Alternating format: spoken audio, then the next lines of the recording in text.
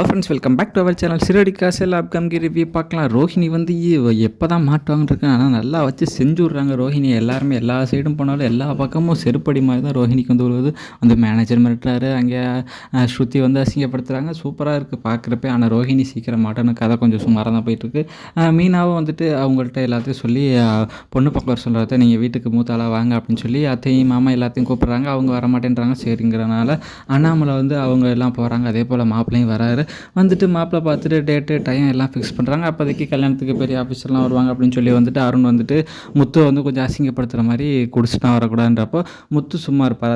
தண்ணியே கலாச்சா முத்து சும்மா இருப்பார். அப்போது பத்திரிக்கை வைக்க போகிற இடத்துலலாம் குடிக்காமல் இருங்க, குடிக்காமல் வந்துருங்கன்னு எல்லார்ட்டையும் சொல்ல முடியுமா?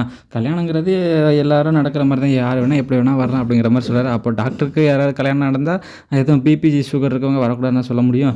அது நடக்கிறதானே, இவர் போலீஸ் தானே, வர வழியில் அப்படியே செக் பண்ணிட்டு வர சொல்லுங்கள் அப்படின்னு கலாய்க்கிறாங்க. ஒரு வழியாக கொஞ்சம் அப்படியே பொண்ணு மாப்பிள்ளையெல்லாம் பார்த்துட்டு எல்லாமே பேசிட்டு டேட்டெல்லாம் ஃபிக்ஸ் பண்ணிடுறாங்க. பார்க்குறப்ப கொஞ்சம் சந்தோஷமாக இருக்குது. அப்போ அருணும் எல்லாருமே வந்துட்டு முத்துவை பக்கத்தில் நிற்க வச்சு அப்படியே ஃபோட்டோ எடுக்கிறாங்க. அதை பார்க்குறப்ப நமக்கும் கொஞ்சம் நல்லா தான் இருக்குது. ஆஹா, நல்லா இருக்காங்க பாஸ் அகலையெல்லாம் பார்க்குறப்ப கொஞ்சம் சந்தோஷமாக இருக்குது. எல்லாம் நல்லா போயிட்டு இருந்தாலே ஏதாவது ஒரு ட்விஸ்ட் வரும், ஏதாவது ஒரு பிரச்சனை வரும். பார்ப்போம் என்ன வருது. கல்யாணம் அப்போ ஏதாவது முத்து பிரச்சனை பண்ண போகிறாரா, இல்லை அதவா பிரச்சனை நடக்க போதா, முத்துக்கு வந்து மீனா ரெஜிஸ்டர் மேரேஜ் பண்ணிட்டாங்க அப்படிங்கிற ஒரு பிரச்சனை தெரிய வந்து கல்யாணத்தில் அவர் வேணுக்குன்னு குடிச்சிட்டு வந்து பிரச்சனை பண்ண போகிறாரா, இல்லை கல்யாணம் நிற்க போதா, இல்லை கல்யாணம் நடக்க போதா, மீனாவும் பிரிய போகிறாங்களா என்னங்கிறத பொறுத்து இருந்து பார்க்கலாம். இந்த வீடியோ பிடிச்சா மறக்காமல் லைக் பண்ணி ஷேர் பண்ணி சப்ஸ்கிரைப் பண்ணிடுங்க. Thank you friends.